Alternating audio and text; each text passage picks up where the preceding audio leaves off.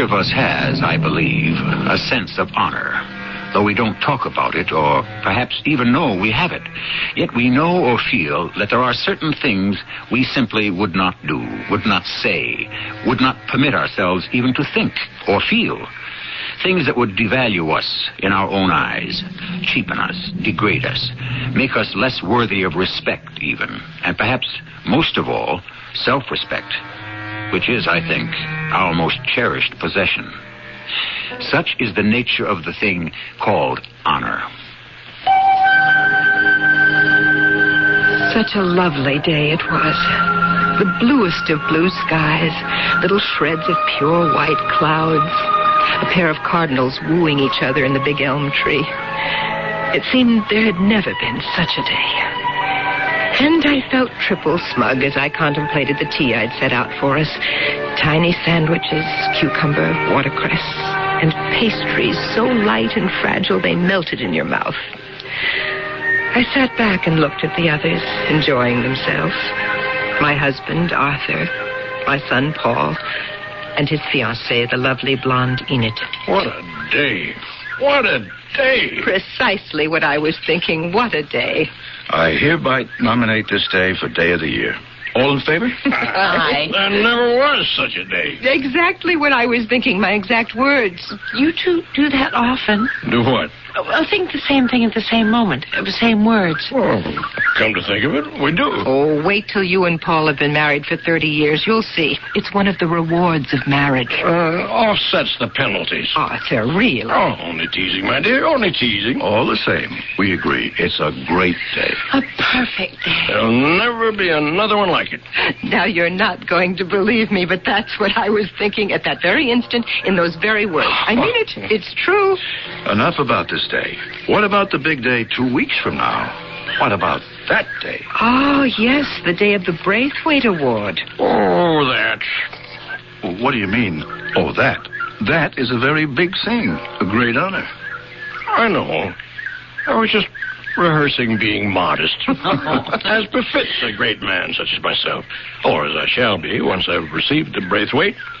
I expect all of you to let me go through doors first, give me the best part of the steak, address me as sir in low, hushed tone, rise and bow as you enter the room. I know how to curtsy. I learned years ago in dancing school. I never knew it would come in handy, but now... How would it be if we all just agreed to be silent while you talk? I think that would about cover everything. Forget all the other tokens of respect. Just let me do the talking. And I promise not to quote from my own books. Oh, that's asking too much. What else would you quote from, Professor? Shakespeare, Homer, Plato, Pliny the Elder, Pliny the Younger, all those fellas. David Meyer? Oh, of course, David Meyer. David Meyer? Who's David Meyer? Winner of the Braithwaite Prize last year. And Arthur's best friend. He'll be the one to present Father with the prize. Oh, how nice. Yes, isn't it? Oh, it's exciting. Of course, there's another exciting day coming up.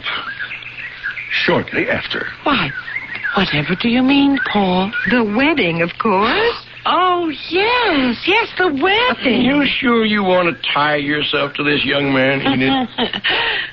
Positive. Risky business. Now, Arthur. Marriage is full of pitfalls, hidden risks. Look who's talking, the perfect husband with a perfect wife. Enid, if Paul gives you any trouble, at any time, I want you to promise me one thing. And what's that, Professor? You'll come to me. Well, all right. Personally, I think she should come to me. Well, you're the last person, Now, Jill. listen, there isn't going to be any trouble. They're both young and beautiful, and they're going to get married and live happily ever after. There's always trouble. Oh, you know what? It's getting chilly. Always. Why don't we go inside? Of one sort or another. Oh, Arthur, stop mumbling. We're going inside. Let me help you with the tea thing. Oh, thank you, dear. We'll just pile everything on this tray. Come on, Arthur. We're all going inside. You go ahead. You're not coming? Soon. I'll join you in a minute or two. Oh, Enid, let Paul carry the tray. It's too heavy for you. You sure you want to stay out here, Father? It's really getting a little chilly, Professor. Hardly any sun left at all. It's the blue hour. The most beautiful time of the day. The blue hour? Is that what it's called? Yes, the hour before the light fades. Yes. Everything is blue, isn't it?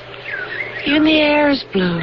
The day is going to end, but it's waiting, putting it off, hesitating, giving us one last chance to see all the lovely things before they vanish. Well, beautiful as it is, I'm beginning to feel a chill. So am I. Let's go in. Arthur, you sure? I'll join you presently, when the blue hour has ended.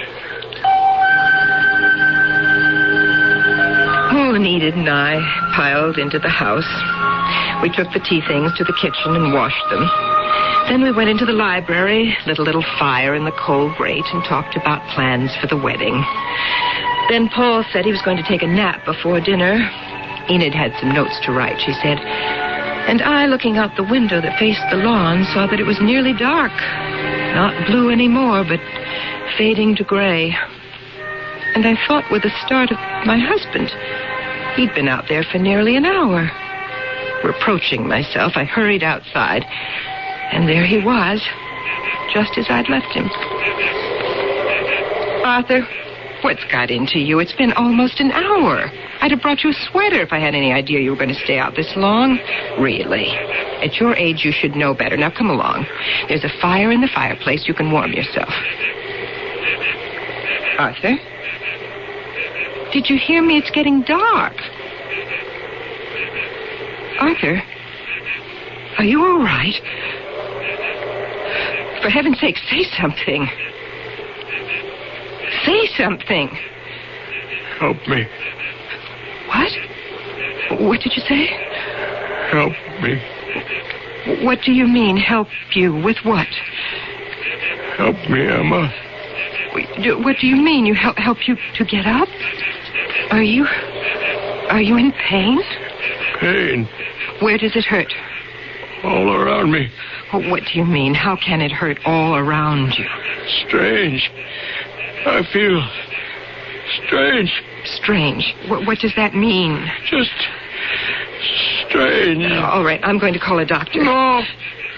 Don't do that. Arthur, I can't let you sit there. Let me call a doctor. That nice one that lives down the road. No, doctor. No. Why not? For heaven's sake, why not? I wouldn't know what to say to him. You don't have to worry about that. He'll look you over He won't find anything. Arthur, my dearest, what is it? Tell me. Tell me. What is it? I don't know. But you must know. Now, you think. You think. I can't.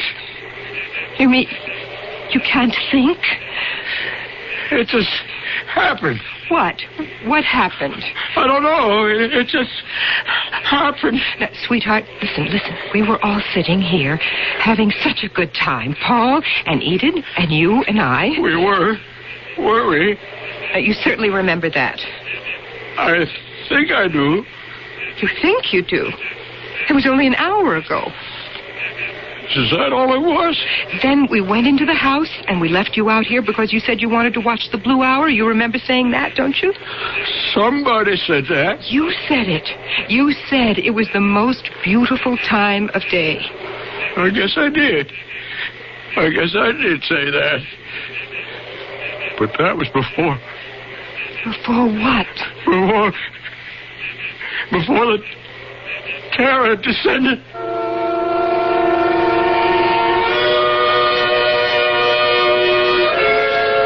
I don't know how I got him into the house and up to his room, but with coaxing and begging and threatening, I did.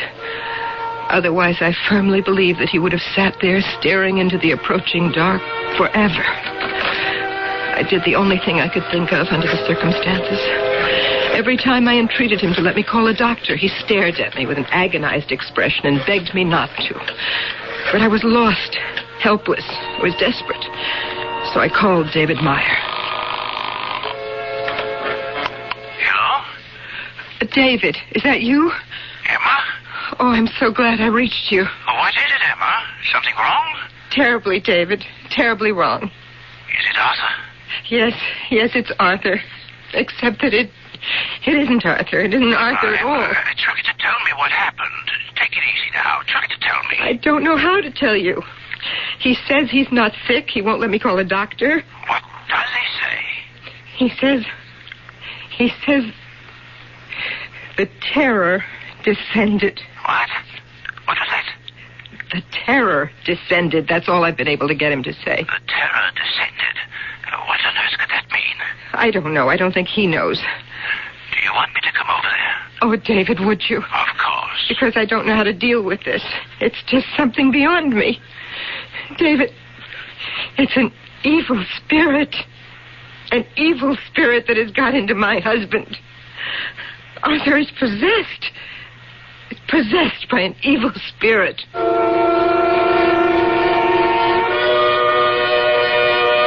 What is the mysterious thing that can happen to any of us to transform joy to despair, gladness to misery? Need it be a cataclysmic event, a sudden and terrible loss, a failure of effort, a failure of love? I don't think so. I think that it can come from something so minute that there seems to be no way to discover its origin.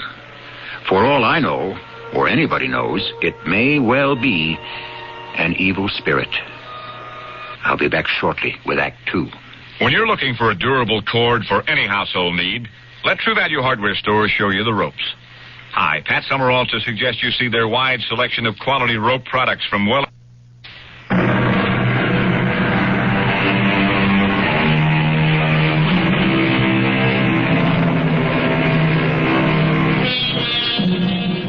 We don't believe in evil spirits.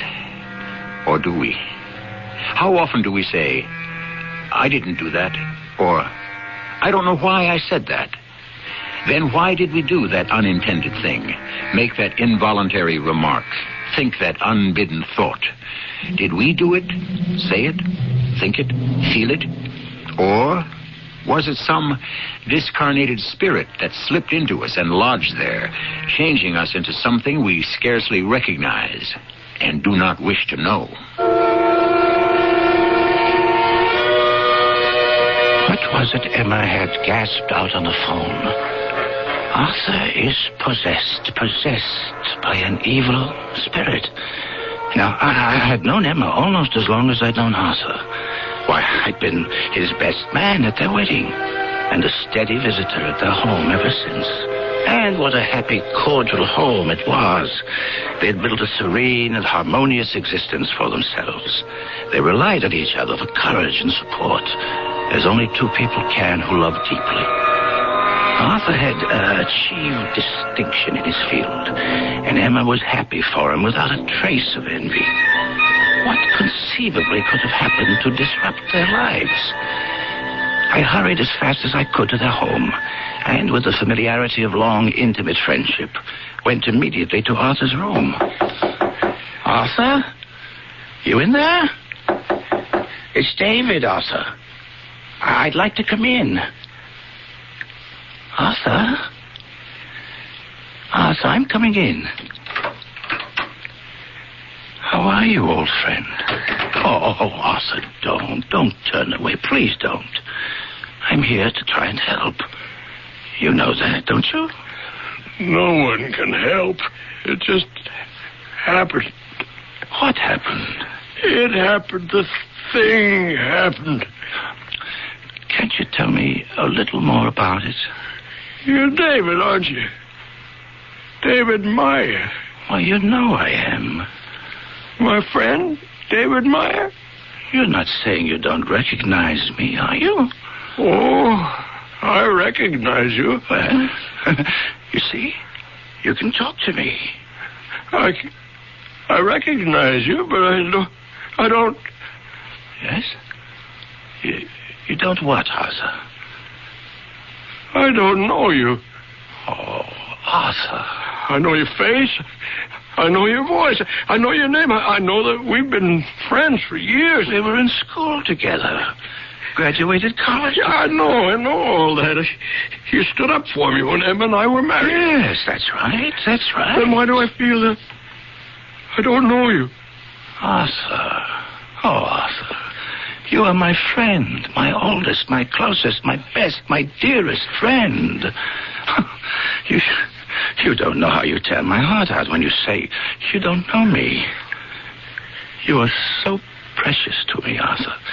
You are one of the few really valuable things in my life.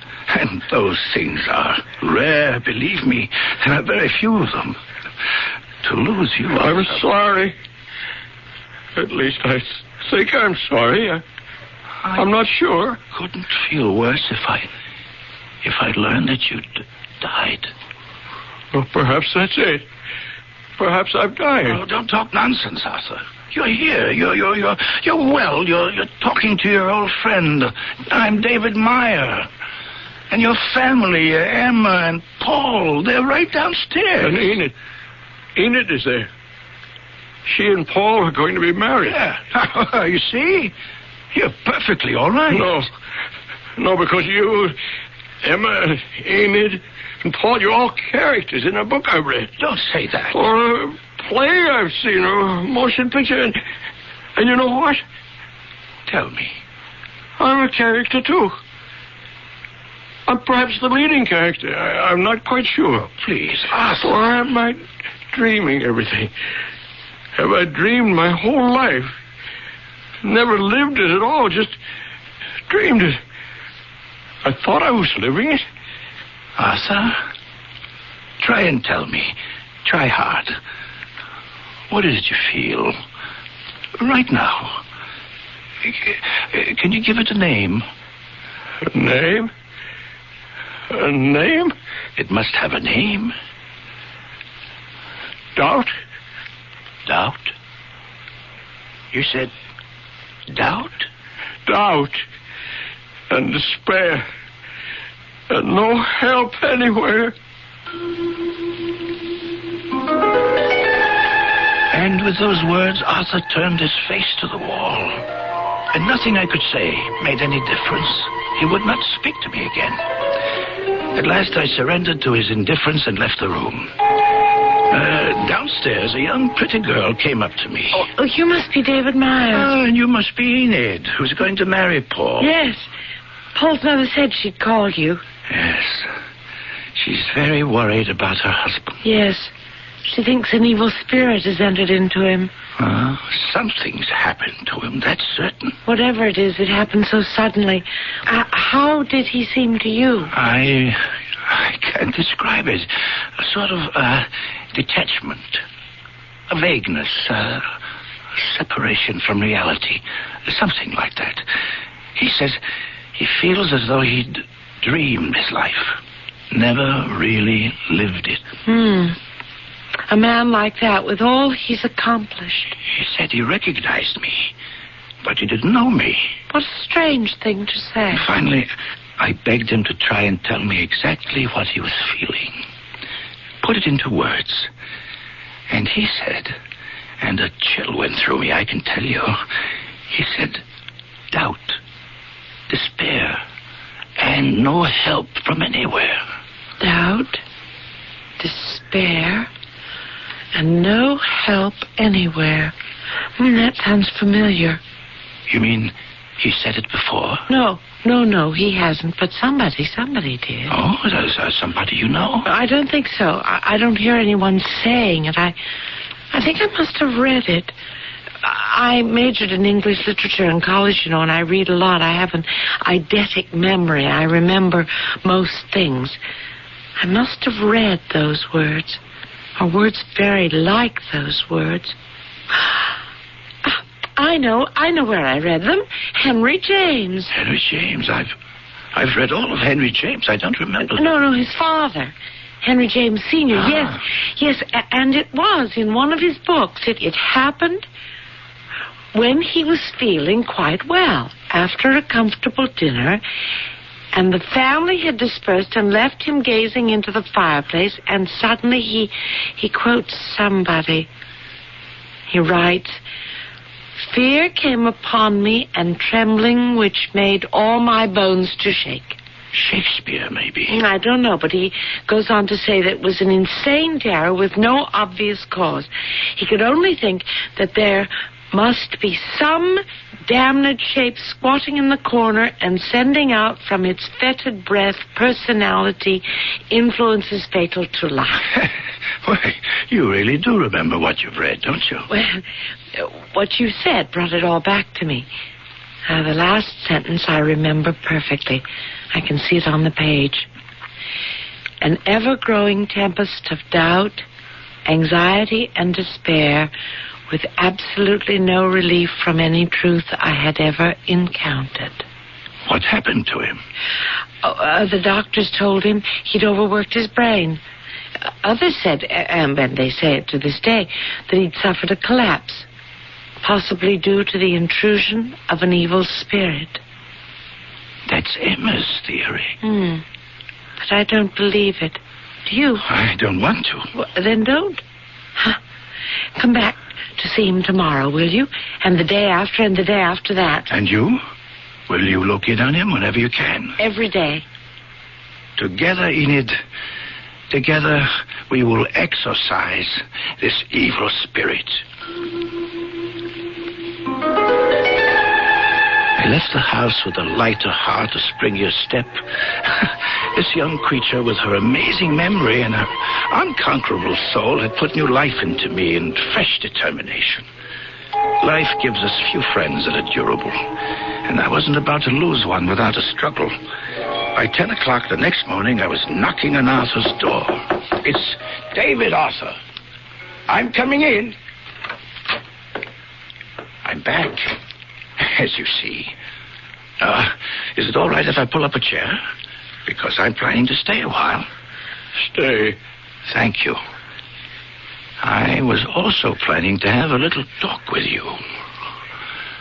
Okay? Okay. Oh, good.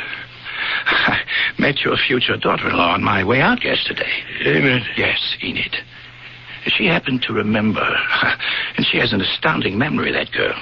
She remembered something that Henry James Sr. wrote about a seizure of some sort he had. And this was way back in 1884. Well, Arthur, it sounds remarkably like the thing that happened to you. Henry James? Sr. I looked it up because I thought you might be interested. You are, aren't you? Yes. Now, it happened in a lightning flash, he writes. Yes. And seemed like an insane and abject terror. Yes. Within 10 seconds, he writes, he felt himself reduced to an absolute wreck. Yes.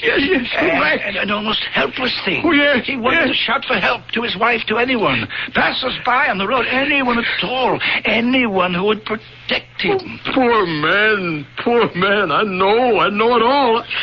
No help anywhere, no help at all. Only despair, doubt, despair. I thought you might feel better.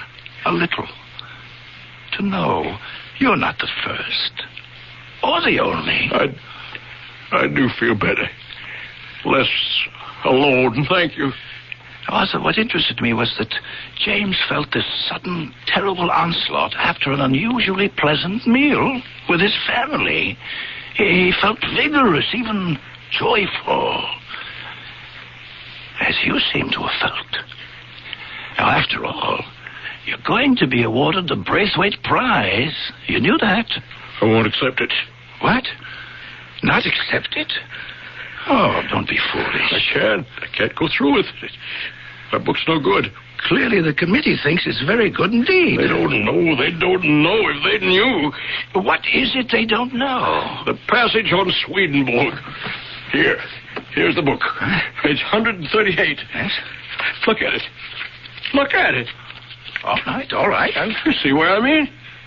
Swedenborg on the subject of vastation. Do you see the paragraph? Yes, I see it. What about it? I stole it, you fool. I stole it. Don't you recognize your own words? That night you were here, we were talking about spiritual experiences, and you uttered those very words about Swedenborg and his vastation. For heaven's sake, man, don't you remember? Well, yes, vaguely. Well, I stole your words right from out of your mouth and put them in my book. Signed my name. my name to your words. Oh, Arthur, that's all right. It's not all right. It's not all right at all. It's thievery, out and out thievery. But I didn't mean to do it, David. I really thought those words were my own. Or no, maybe I didn't. Maybe I knew all along they were your words, but nobody would notice. Maybe that's what I thought. Maybe I only wished they were mine. That I might have composed them if I'd been as clever as you, half as clever. But I never have been. You know that. We both know that, how jealous I've been. So envious, wanting to be like you, sound like you, write like you. I wanted it so desperately, I was willing to steal, to try and fool everyone, fool myself, fool you. I held him in my arms, my poor tormented friend, while he sobbed his heart out. There was nothing I could say, nothing that he would listen to. I could not interrupt his mad confession to tell him that I didn't really recollect saying those words at all. And even if I did say them, I didn't consider them to be of any great value or significance.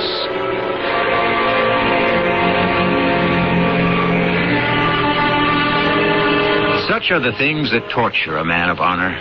There is no escaping the palpable fact that men without honor lead easier lives than those who possess it. But if I can choose my friends, give me those whose sense of honor makes their lives difficult. I'd like to feel that I belong with them. I'll be back shortly with our concluding act. I could have had rye toast, 61 calories. I could have had 11 carrots and a glass of water. You could have had a V8, naturally low in calories and tastes great, too. I could have had a V8? V8 cocktail vegetable juice with only 35 calories per 6-ounce serving. V8, the great-tasting, healthful blend of 8 country vegetables. Wow, I could have had a V8. It's never too late. I'll have a V8. The South. The end of the Civil War and the beginning of a new life for those who survived its bloodshed. From this turbulent era of our great American heritage emerges the proud, passionate saga of one family, their plantation, and their dreams. Windhaven's Crisis by Marie Desjardins, the 8th book in the best-selling Windhaven saga, Windhaven's Crisis, new from Pinnacle Books, wherever paperbacks are sold. Every day, people face all sorts of tests. Driver's tests, tests at school, and every day, tests on life. Oh, Mr. Cadwell, you're next. Mr. Cadwell, please take a seat. Thanks. Are you ready for your test on life? I guess so. Well, don't worry. It's only for practice. This time, that is. First question. If your son broke your favorite fishing rod, would you, A, be understanding, or B, yell at him? Was it really my favorite fishing rod? Mr. Cadwell, would you stab someone in the back to get a promotion? How big a promotion? I'm... Oh, come, Mr. Cadwell. Well, gee, I don't know. Well, you can find the answers at your local house of worship. That's where you and your family can learn about handling the everyday problems we all face. Religion in American life, Mr. Cadwell. We need it. A message from Religion in American Life, the Ad Council, and this station. Yeah. Well, thanks, and see you later. You can count on it.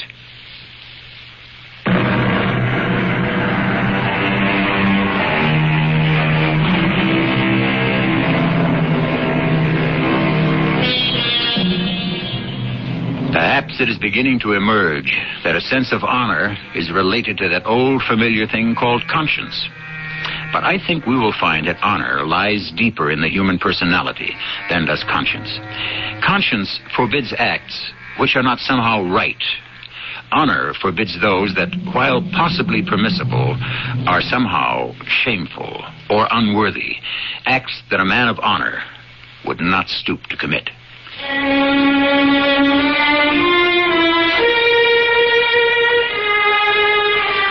I was very fond of the professor. I was determined to keep the promise I'd made. I was eager to keep it, to visit the professor each day and try and fathom the strange, deep melancholia that had overtaken him so suddenly. I didn't meet with much success. Who is it? It's Enid, Professor. Oh, Enid. Does that mean you don't mind if I stay a while? I thought it might be David Meyer.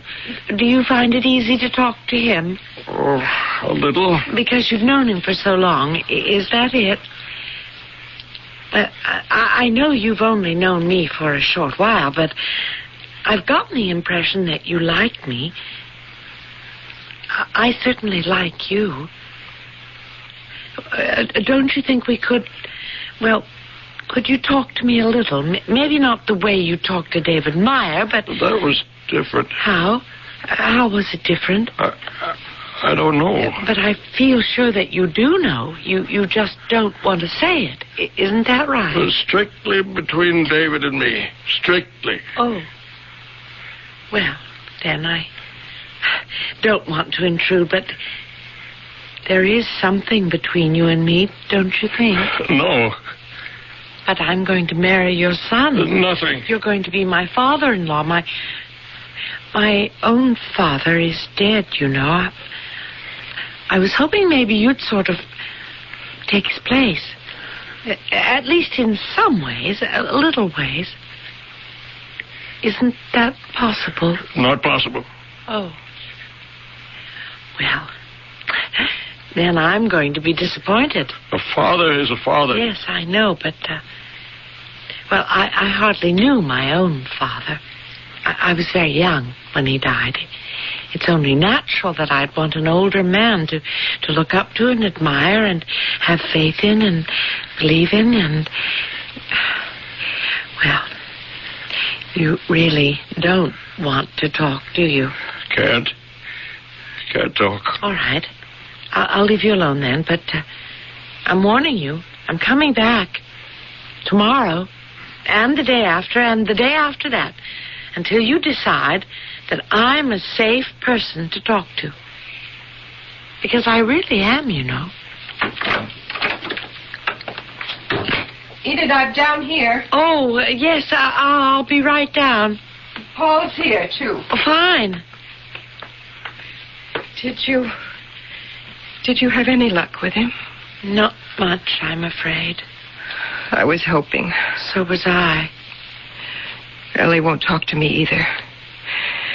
Except things like time to change the sheets. He just says, all right, when I say it's time, and he gets out of bed and sits in the big chair by the window and stares out.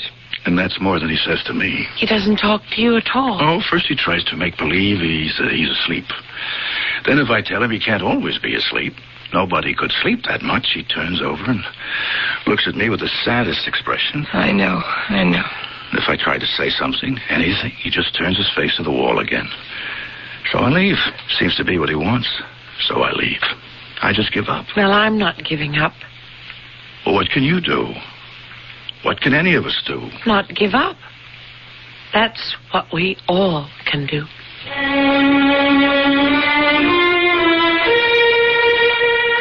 And I didn't give up.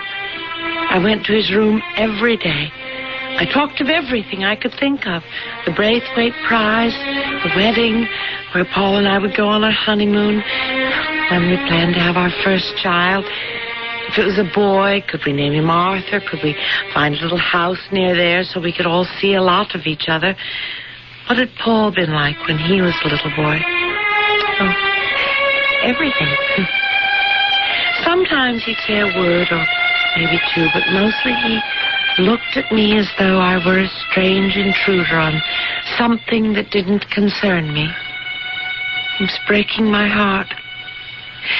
But he was making me angry, too. I know, Enid, I know. It can be infuriating. But you said he talked to you, David. Yes, he talked to me. He still does. Some. Well, what did you do? What did you say? I mean, to make him talk to you. You must have done something. No, I didn't. At first, it was just the same with me. No interest, no response, complete indifference. I know.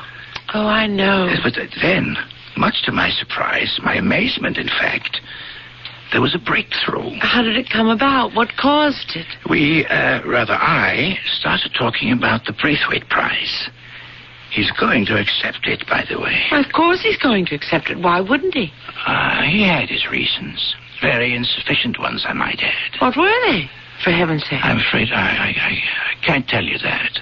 That's strictly between him and me. Funny. That's almost exactly what he said. To you? Yes. He said that talking to you was different, and I asked how. How was it different? And, well, at first he said he didn't know, but I kept after him. I felt sure he didn't know, but he didn't want to say it out loud. And then he said, almost the same thing you just said. He said, strictly between David and me. And he repeated the word strictly. Well, he was right. So, you're not going to tell me? No, I'm not. I can't. Well, if you can't, you can't. You're going to have to find your own way of reaching him. Enid, why don't you give up? Because I can't, Paul. I have. He's never going to snap out of this. Paul, you're talking about your own father. Well, I'm starting to agree with Mother. He is possessed by an evil spirit of some kind. Well, I know it seems that way, but... That's the way it is. Face it. I have faced it. Well, then? That doesn't mean I'm going to give in to it. I'm not. You think you can do battle with an evil spirit? You? Why not?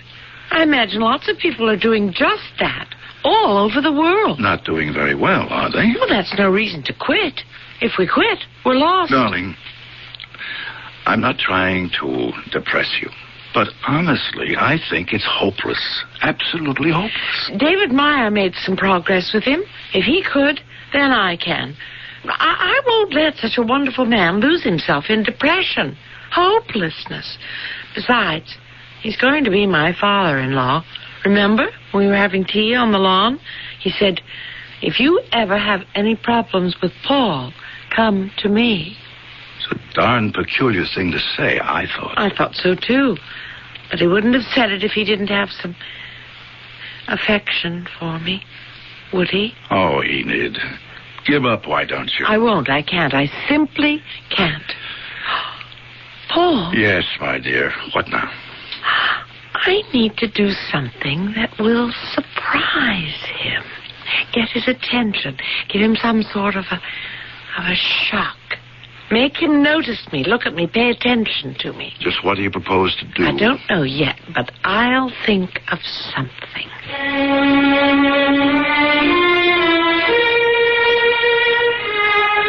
When I went to the professor's room the next morning, I was filled with trepidation. I had no confidence in myself at all. Perhaps I was simply arrogant to think that I could waken the professor to the joy of living, expectation of happiness, to the fun of everyday life. Paul was right. I hadn't known him long. I didn't know him well. He might think me a presumptuous intruder. All the same, I forced myself to knock at his door. David? No. It's Enid again, Professor. Oh. I want you to look at something. Please? Please, won't you turn over and look at me? It's a surprise. Just for you. You'll be the first person besides me to see it. The very first. Even Paul hasn't seen it. Please? Please, I want you to. Oh, thank you. It's your wedding dress. Yes. Yes, it is. You're wearing your wedding dress. Yes, I am. Veil and all. The wedding isn't far off, and when I walk down the aisle, Professor, I want to see you standing beside Paul at the altar. I want you there. I can't do that. Yes, you can. And I expect you to. Don't you know? Don't you know that I can't? Don't you know that I'm the most depraved of men? That I am jealous of my own son. Jealous that he will have you to live with, to love. That I want to be like him. I want to be him, to be young and starting life with a beautiful, loving young woman to help me through that life with hopes and expectations. That the very sight of you raises desires that I have no right to. That to see you and Paul together at the altar would make me want to kill him and take his place. Kill him. My own son. Don't you know all that? No. No, I didn't know all that. Well, now you do, so go away and leave me alone. No, I won't. But you're disgusted with me. You know you are. No, I'm not. No, I'm not. I'm flattered. Flattered? You're flattered? Well, what woman wouldn't be? A handsome, brilliant man like you finds her attractive, desirable. Now, what woman wouldn't find that flattering? You don't think I'm a contemptible old man? No. I think you're a sensitive, intelligent, loving, yes, and attractive man who cannot endure the slightest, most fleeting thought that crosses his mind if he thinks it's disloyal or unworthy. You are a man of honor, Professor. Unrelenting honor. And I shall be proud to be your daughter-in-law.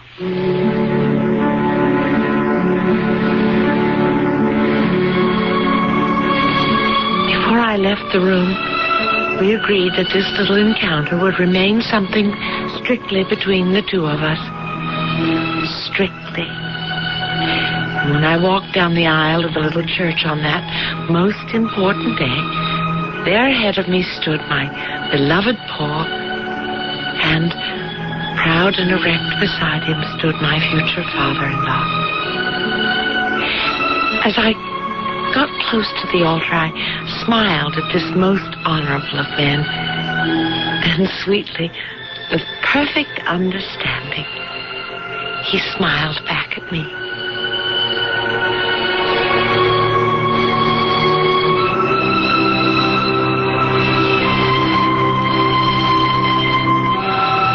In the recesses of the human psyche lie the darkest of thoughts and desires. If we act upon them, we risk severe punishment. But in the minds of some, simply to think, to feel such thoughts and desires, is identical to carrying them out. Then ensues the most awful punishment of all, when the self punishes the self. I'll be back shortly. Genie, open your doors, America. Now's your chance to get a great deal on a Genie garage door opener, the convenience appliance you use every day. With any Alliance Genie automatic garage door opener system you buy between July 1st and July 18th, you'll get a second transmitter free. That's right, a $29.95 value free, but only until July 18th.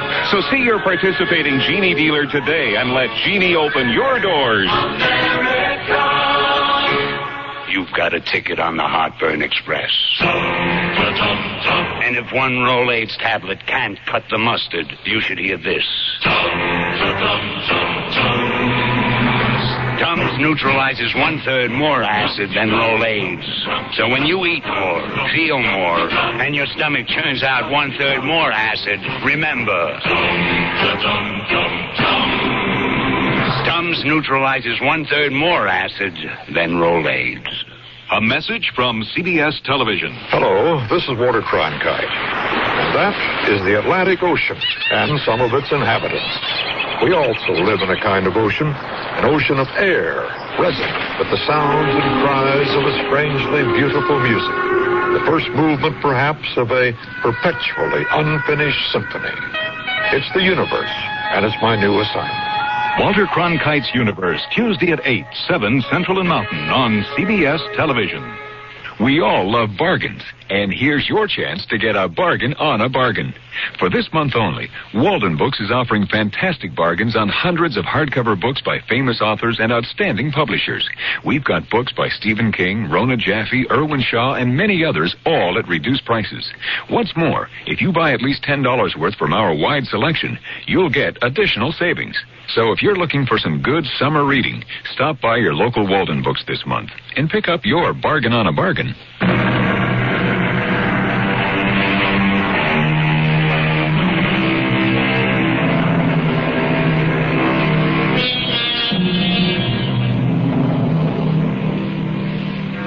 The shock of discovering heinous thoughts and desires within ourselves can be a critically debilitating, even fatal thing. If we cannot forgive ourselves for being less than we would like to be, we can collapse and resign from life. This is a risk, a grave risk, which is run over and over by the man of honor. Our cast included John Beale, Terry Keane, Patricia Elliott, and Bernie Grant. The entire production was under the direction of Hyman Brown. This is E.G. Marshall, inviting you to return to our Mystery Theater for another adventure in the macabre. Until next time, pleasant dreams.